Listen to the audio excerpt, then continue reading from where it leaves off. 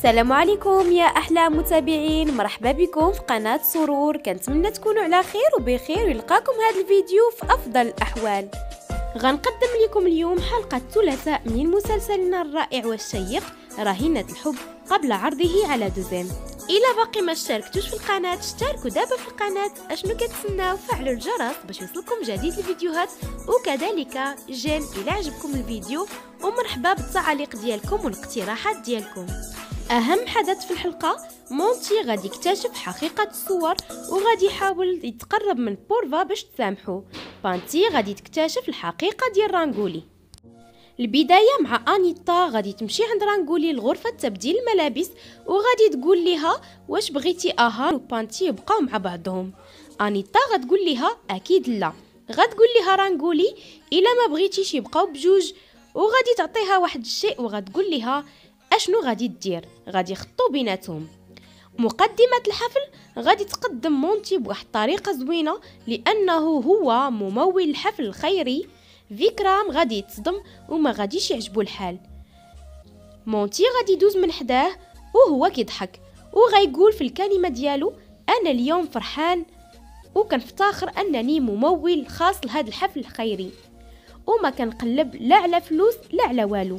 منين غادي يسالي الكلمه ديالو غيتلقى ليه فيكرام اللي غيقول ليه واش كيسحب ليك هاد الاموال اللي غتجمع من هاد الحفل غادي تاخذهم. غيقول ليه مونتي واش كتظن انني كنقلب على الفلوس في هاد الحفل؟ انا ما محتاجش لدوك فلوس، وما تنساش انني ما عمرني غادي نساليك انك فرقتيني على الحب ديالي. غيقول ليه فيكرام لو كنتي كتبغي بورفا فعلا ما كنتيش غادي تتيق موضوع الصور وكنتي غادي تبقى في جنبها وغادي تدعمها، اما انت كنظن غير كنتي كدوز بها الوقت. غيقول ليه مونتي كون ما كناش في حفل خيري كنت غادي نتعامل معاك بواحد الطريقه اخرى. مونتي غادي يمشي وغادي يشوف بورفا واقفه مع الاطفال. غادي يمشي عندهم وغيقول الاطفال واش بغيتوا شي مساعده، وغادي يبقى يضحك معاهم. غيتفاجئوا بكايرا اللي غتقول مونتي اشنو كدير هنا. بورفا غادي تمشي وكايرا غتقول مونتي بغيت نعرف هاد البنت اشنو دايره ليكم، واش دايره ليكم السحر، وغادي تمشي. غادي نشوفوا اهان مع الاصدقاء ديالو اللي غادي يكونوا كيعزفوا في الحفل، وغادي يقلب اهان على بانتي. مقدمه ديال الحفل غادي تقدم رانغولي اللي غادي تغني هي الاولى الاغنيه ديالها، غتأديها بواحد الطريقه استعراضيه زوينه. بانتي غادي تكون باقه في غرفه المكياج وغادي يتسد عليها الباب. شكون اللي يسد عليها الباب؟ غادي نشوفوا انيتا بالاتفاق مع رانغولي سدات على بانتي الباب. رانغولي غادي تأدي الاغنيه ديالها. مع انتهاء الاغنيه ديالها جا الدور ديال اهان. اهان غادي يمشي يقلب على بانتي، لكن رانغولي غتقول ليه دابا الفقره ديالك الاغنيه الفرديه. منين غادي توصل الاغنيه الثنائيه ديالكم اكيد غادي تجيب بانتي. وداي غادي يقول اهان عطيني الهاتف ديالك اللي كان وضعو اهان صامت. غادي يدخل اهان يأدي الاغنيه ديالو وغادي يأديها بطريقه رائعه. الهاتف ديال اهان في الجيب ديال اوداي وبانتي كتصل به حتى شي واحد ما كيجاوب. اهان باقي كيغني بواحد الطريقه زوينه. غادي نشوفوا بانتي غتقول خاصني نتصل ببورفا. غادي تتصل ببورفا، لكن بورفا كانت مشغوله مع الاطفال ما غاديش تجاوبها. بانتي غادي تتصل عده مرات بالهاتف ديالها حتى واحد ما كيجاوبها. اهان ادى غناء رائع مع رقصه استعراضيه رائعه. وهنا غادي تسالي الفقره ديالو وغادي يمشي عند رانغولي وغيقول ليها فين هي بانتي، وغادي يبغي يمشي يقلب على بانتي، لكن رانغولي غتحبسو. غتقول ليه ربما بانتي متوتره لانها ما تدرباتش مزيان على الاغنيه. الحاجه الوحيده اللي خاصنا نفكروا فيها دابا هي الصوره ديالنا. الا مشيتي قلبتي على بانتي ربما يجي الدور ديالك وما تغنيش، اكيد الصوره ديالي غادي تضرر وصورتك كذلك وصوره بانتي. والاهم خاصنا نفكروا دابا في الاطفال. مقدمه الحفل غادي تقول جا الدور ديال اهان وبانتي روميو وجولييت. بانتي غادي تحاول تتصل باوداي، هو الحل الوحيد اللي بقى ليها. اما اهان فقنعاتو رانغولي ودخلوا المسرح وغادي يأديو الاغنيه اللي كانت غادي تغني بانتي مع اهان. وهذه هي خطه رانغولي باش هي اللي تغني مع اهان. غادي يغنيو بطريقه زوينه والجمهور غادي يعجبهم العرض. أوداي غادي يجاوب بانتي، غتقول ليه عافاك اجي دابا، انا كاينه في غرفه المكياج والباب تسد عليا. غايقول ليها انا دابا غادي نجي لعندك. رانغولي نجحات الخطه ديالها. أوداي غادي يمشي كيجري وغادي يقول بصوت مرتفع بانتي انا جاي لعندك. غتقول ليه يلا بسرعه. وانيتا غادي تسمع أوداي جاي وغادي تمشي كتجري، لكن أوداي غادي يشوفها وغايقول انيتا اشنو كدير هنا. غادي يحل الباب على بانتي وغتقول ليه ما عرفتش كيفاش تسد عليا الباب. غايقول ليها انا شفت الام ديالك كانت هنا. بانتي غادي تصدم. رانغولي واهان باقين كيأديو العرض ديالهم. بانتي غادي تقول أوداي دابا خاصني نمشي، ربما الوقت ديال العرض ديالي وصل. وغادي تفاجئ بالعرض سالا وانتهى. العرض ديال رانغولي واهان اللي كان خاصها تغني فيه بانتي مع اهان ماشي رانغولي. بانتي غادي تصدم وغايقول لها أوداي يمكن العرض انتهى وسالات الفقره ديالك. بانتي غادي يبقى فيها الحال، خصوصا منين غادي تسمع الجمهور كيقول احسن اداء هو ديال اهان ورانغولي. بانتي غادي تمشي كتجري باتجاه الحفل وغتقول اشنو الذنب ديالي انا، الباب ديال الغرفه تسد عليا وما عرفتش اشنو خاصني ندير. غادي تفاجئ بصوت اهان غايقول ليها خاصكي ديري داكشي اللي كيدير اي مغني، خاصكي تدخلي وتأدي الاغنيه ديالك، انتي هي الحلم ديالي وانتي هي البطله ديالي وانا ما غاديش نخلي هاد الفرصه تضيع منك. غادي يدخل بانتي اللي غادي تدخل المسرح بحال النجوم وغادي تقول حياتي كامله كانت ظلام، ومنين جا اهان بالعشق ديالو خلى حياتي نور وكلها امل. اهان غادي يدخل ومن بعد غادي يعنقها وغادي يأديو الاغنيه ديالهم. رانغولي ما غاديش يعجبها الحال وما غاديش تقدر تبقى تفرج فيهم. اهان وبانتي غادي يأديو الاغنيه ديالهم بطريقه رائعه. غادي يكملوا الفقره الاولى ديالهم والجمهور غادي يقول لهم دابا بغينا اغنيه ثانيه اغنيه ثانيه. اهان غايقول لهم اكيد غادي نلبيو لكم الطلب ديالكم، وغادي يغنيو مره اخرى بطريقه زوينه والجمهور كيهتف باهان بانتي اهان بانتي. رانغولي ما غاديش تقدر تحمل داكشي اللي كتشوف وكتسمع وغادي تغادر.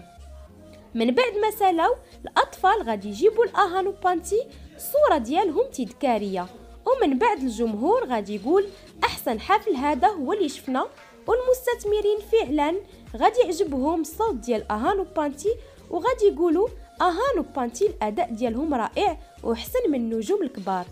رانغولي المجنونه مشات للصوره ديال اهان وبانتي وغادي تقطع فيه الصوره ديال بانتي وهي معصبه بزاف. المقدمه غادي تطلب من مونتي باش يلتحق بالمنصه من اجل تكريم اهان وبانتي. غادي يقدم لبانتي الورد وغايقول ليها مبروك نجاح الحفل، غادي تشكرو بزاف. والمستثمرين غادي يسولوا على رانغولي وغايقولوا حتى هي كان جزء من هذا الحفل وخاصها ضروري تكون في التكريم. رانغولي من بعد ما قطعات الجزء من الصوره ديال بانتي غادي تبقى تصرف بواحد الطريقه غير طبيعيه. من بعد غادي تلتحق بالمسرح، غادي تسمع الجمهور كيقولوا اهان وبانتي، غادي يعطيوها الورود. غتقول لهم ماشي انا اللي كنستحق هاد الورود انما اهان وبانتي، وغادي غتعطيهم الورود وغادي تقول لهم فعلا نتوما اليوم برهنتوا انكم غادي تكونوا مشهورين في المستقبل. غادي تبقى تمثل عليهم انها فرحانه ليهم، لكن هي كانت من الداخل ديالها كتموت بالغيره والحسد. في اليوم التالي فيكرام كيسول على العائله، غايقول ليه الخادم حتى شي واحد ما كاين، غاليه ما عرفتش فين مشاو، منين جيت الصباح ما لقيت حتى شي واحد. غايقول ليه فيكرام دابا غادي تمشي للمطبخ غادي توجد شي حاجه لان جايين عندي شي ضيوف. رانغولي غادي توصل للقصر، غتقول المساعده ديالها اتصلي بصاحب التصميم وقولي ليه ما ينقص حتى شي درجه وما يزيد حتى شي درجه. من بعد غادي تقول لفيكرام واش بغيتيني على شي مشروع جديد. غايقول لها تفضلي جلسي باش نتكلموا. فيكرام غادي يقرا التعاليق ديال الحفل ديال اهان وبانتي وغايقول لها فعلا انت نجمه، ولكن ما نكروش ان اهان وبانتي عندهم جمهور كبير ويمكن الضعف ديالك. ومنين وقعت معاك العقد كان كيسحاب ليا انك غادي تجيبي ليا بزاف ديال الربح، ولكن العكس. كنظن ان جا الوقت اللي خاصني نوقع فيه مع اهان وبانتي. رانغولي غادي تصدم وغادي تاخد واحد الورده غتقول ليه مبروك، كون كان كيسحاب ليا من قبل كون جبت ليك باقه الورود. مبروك مره اخرى. غيقول ليها اشنو كتقولي انتي، يمكن فهمتيني غلط. غتقول ليه كنتمنى ان اهان وبانتي يحقوا ليك بزاف ديال النجاح، وما تنساش توقيع العقد ديالي معاكم كان من اختياري انا ماشي من اختياركم. فيكرام غادي يقول ليها سمعيني. غتقول ليه نجاح اللي ما لقيتيش معايا كنتمنى انك تلقاه مع اهان وبانتي. وغادي تمشي وغتخليه مصدوم. انتقلوا عند اهان وبانتي، غيكونوا كيتكلموا في البث المباشر مع الجمهور ديالهم اللي غادي يكونوا كيشكروهم. وغتقول لهم بانتي دابا غادي نودعوكم وغادي نقول لكم اننا كنحضروا لكم حفل اللي غادي يكون مفاجأة. بانتي غادي تعنق اهان وغيقول ليها هذه احسن مفاجأة حصلتي عليها. وغادي تقول ليه اخيرا بدينا كنحققوا الاحلام ديالنا. وغادي يجيها اتصال من صاحب الاستوديو وغيقول لها انا كنت متاكد ان رانغولي غادي دير لك شي حاجه باش هي اللي تغني في الحفل مع اهان، لكن انتي كنتي ذكيه وما خليتيهاش تمنعك من الغناء. غتقول ليه شكرا بزاف وهادشي كامل بفضل اهان. اللي غادي يقول لها واش هذا صاحب الاستوديو، وغادي ياخذ ليها الهاتف وغيهضر معاه. غيقول ليه ما تبقاش تتصل ببانتي، انا عارف النوايا ديالك، واخر مره اتصل ببانتي وقطع عليه الخط. غتقول ليه بانتي اهان على الاقل سمع ليه اشنو غادي يقول لك. غيقول ليها اشنو غادي نسمع واشنو غادي يقول، هو كيغطي على داكشي اللي دار بهادشي اللي كيقول لك. بانتي غتقول ليه راه ماشي هو اول واحد كتهمه بالاغتصاب. غيقول لها اهان انا عارف انها اتهمت الخطيب ديالها فيكي بالاغتصاب، ولكن هي سمحت ليه. ما تنسيش ان رانغولي صديقه ديالنا وساعدتنا بزاف في الحفل. بانتي غادي تذكر كلام صاحب الاستوديو فاش قال لها انا متاكد ان اهان غادي يوقع ليه نفس الحاجه اللي وقعت ليا وقعت الخطيب ديالها فيكي. وغادي تذكر حتى كلام فيكي فاش قال لها رانغولي اكيد غادي تبعد اي واحد قرب منها وتهمه بنفس التهمه. بانتي غتقول اهان صافي دابا ما غاديش نبقاو نتكلموا على هادشي، يلا وريني الابتسامه ديالك وخلينا نوجدوا الحفل ديالنا المفاجاه. كان هذا اخر مشهد من حلقه اليوم، كنتمنى اعجابكم ونتلاقاو ان شاء الله في الحلقه القادمه. الى عجبكم الفيديو ما تبخلوش عليا باللايك ديالكم. الى كنتو مازال ما اشتركتوش في القناه دخلوا دابا اشتركوا فيها وما تنسوش تفعلوا الجرس باش توصلوا بالحلقات المقبله. شكرا لكم على المتابعه، دمتم في رعايه الله وحفظه، وكنتمنى لكم فرجه ممتعه.